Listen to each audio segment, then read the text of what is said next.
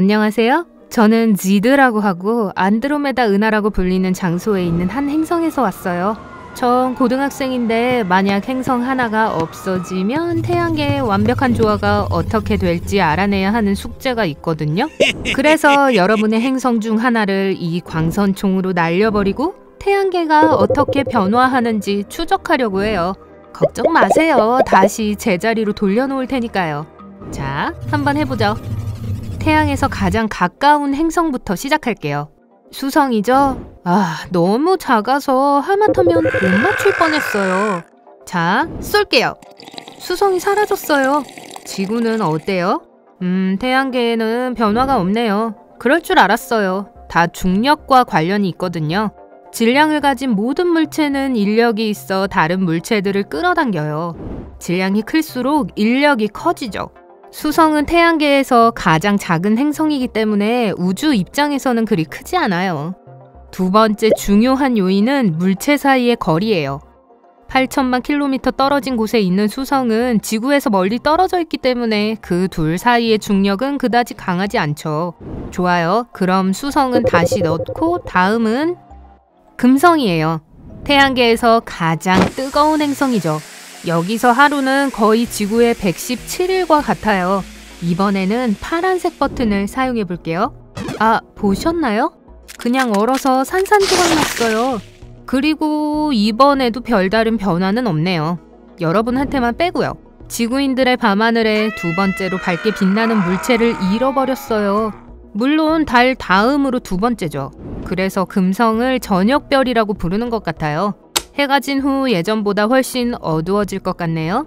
좋아요. 이제 비너스를 다시 돌려놓고 여러분의 고향 행성으로 향할 거예요. 지구, 태양계의 귀중한 죽어가는 구역에 떠다니는 돌 하나. 생명이 살기에 태양과의 거리도 딱 적절하죠. 잠깐, 농담이었어요. 당연히 지구를 날려버리지는 않을 거예요. 그럼 붉은 행성으로 가죠. 화성. 인간이 그곳에 미션을 보낼 계획을 하고 있다는 것을 알고 있어요. 개인적으로 가고 싶으신가요? 아래 댓글로 알려주세요. 제가 붉은 행성을 굉장히 빨리 돌려 태양계 밖으로 내보내면 어떤 일이 일어날지 봅시다. 잘 가요, 화성. 그리고 또 큰 변화는 없네요. 이건 어떤 면에서는 지구에 좋을지도 몰라요. 화성과 목성 사이에 거대한 소행성대가 있어요. 여러분도 알다시피 소행성은 지구에 그리 좋은 친구는 아니죠. 목성이 보통은 강한 중력으로 소행성들을 붙들고 있긴 하지만 때때로 중력장을 빠져나와서 태양을 향해 움직이곤 하죠. 이게 그리 놀랄 일은 아니에요. 왜냐하면 태양의 중력이 엄청 강하니까요. 화성도 자랑할 만한 중력을 가지고 있어서 새총처럼 지구 방향으로 소행성을 가속시키는 역할을 하거든요. 그러니 화성이 없으면 새총도 없을 테고 그러면 우리 푸른 지구가 소행성에 치일 확률도 낮아집니다. 드디어 제가 가장 기다리던 순간이에요. 태양계에서 가장 큰 행성으로 실험할 차례예요. 바로 목성입니다. 목성은 이웃 행성 모두를 합친 것보다 3배는 더 무거워요. 어떻게 하면 이 거인을 태양계에서 빼낼 수 있을까요? 알겠어요. 축소광선을 사용해서 20억 배 작게 만들게요. 이제 야구공처럼 던질 수 있어요. 이런, 제가 큰 실수를 한 것 같네요. 목성은 거대한 중력으로 지난 450억 년 동안 소행성과 다른 우주 파편으로부터 지구를 보호해 왔습니다. 이제 태양의 인력이 그 모든 물질을 지구를 포함한 내 행성으로 끌어당기고 있어요. 또한 다른 행성의 궤도에 약간의 변화가 있을 것 같아요. 하지만 그건 수천 년 후에 일어날 일이에요. 일단은 지구가 멸망하기 전에 목성을 되돌릴 방법을 찾아야 해요. 이 버튼이 아닐까요? 아니요? 좋아요. 이건요? 그냥 다 눌러볼게요. 충돌에 대비하세요. 휴, 제가 뭘 했는지 모르겠지만 효과가 있었네요. 거인은 지금 그 자리에서 평화롭게 쉬고 있고 지구도 살았어요. 미안해요. 정말 무서웠겠어요. 나머지 가스 거대 행성들도 좀 더 조심하도록 노력할게요. 이제 토성 차례입니다. 멋진 링 덕분에 다른 행성이랑 착각할 수가 없죠. 과학자들은 토성의 거대한 중력이 끌어당겨 얼음처럼 차가운 비가 돼서 언젠가는 사라질 것이라고 말합니다. 하지만 3억 년쯤이 지나야 가능하니까 걱정하지 마세요. 이건 빨간 버튼을 눌러야 할 것 같아요.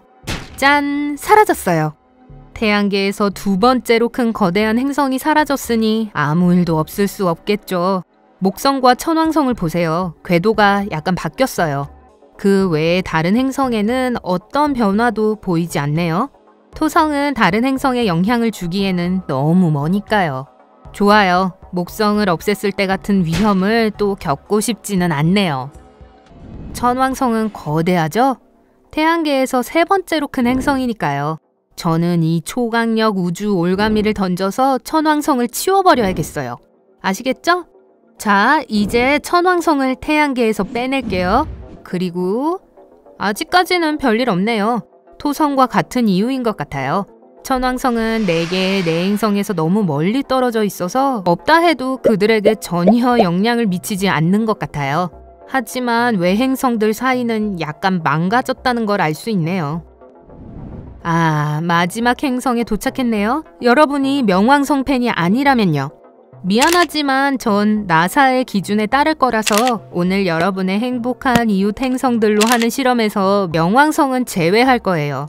어쨌든 해왕성의 차례네요. 그 너머에는 명왕성과 같은 수많은 외성과 물체들이 있는 도넛 모양의 카이퍼대가 있어요.